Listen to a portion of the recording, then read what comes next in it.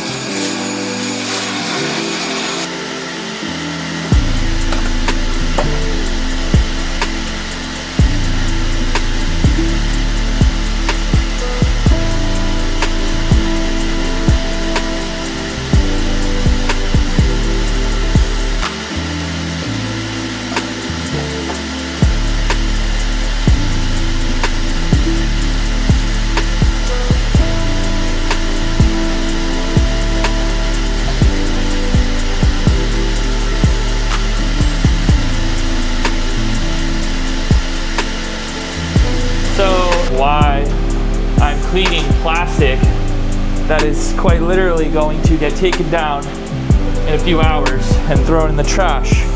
Well, I'm cleaning it because this has been up since we performed demolition, and when we performed demolition, it created a lot of dust, and that dust grabs onto things like plastic, walls, you name it. So while I wipe down the drywall with disinfectant, I also wipe down my containment, because when I take this containment down, it's going to stir up dust.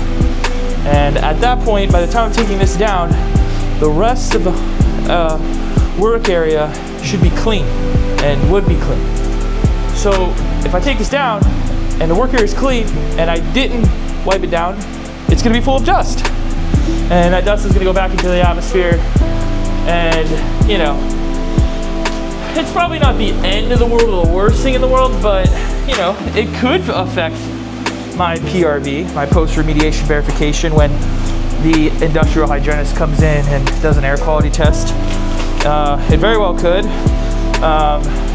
You know, I do have air scrubbers running, so in my instance it might not, but somebody else's instance, you know, where they're not running air scrubbers and they're not thinking about it, you know, very well could. But, you know, it's more so for me, for my own peace of mind to know that I'm cleaning the place in strategic steps and processes to not mess up the place as I'm trying to clean it, if that makes sense.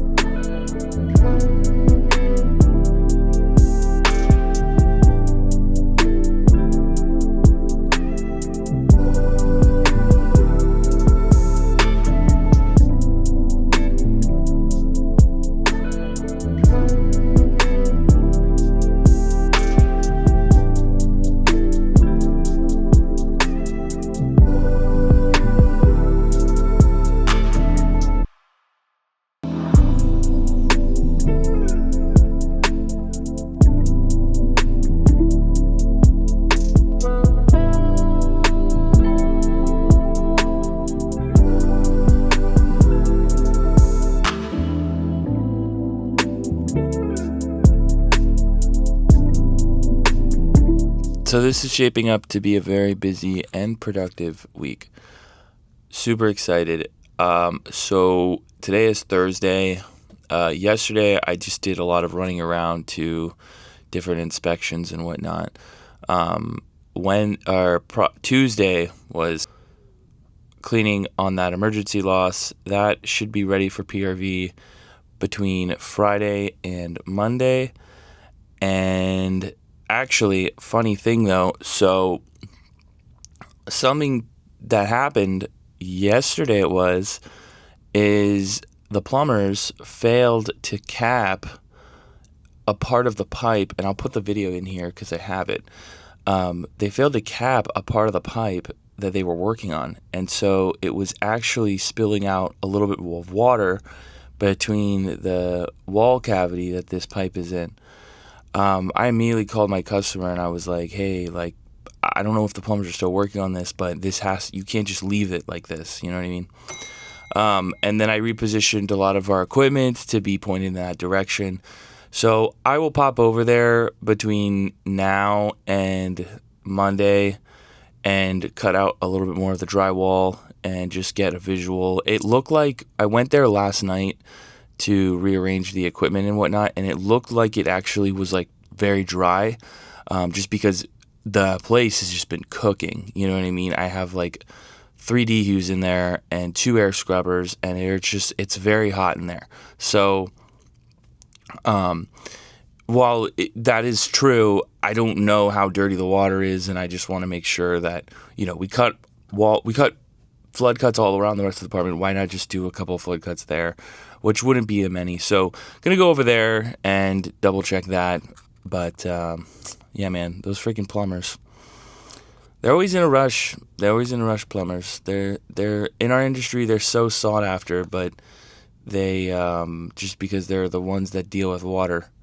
But I'm kind of like, yeah, because they're the ones that create the water damage as well. So anyway, that's my red for plumbers.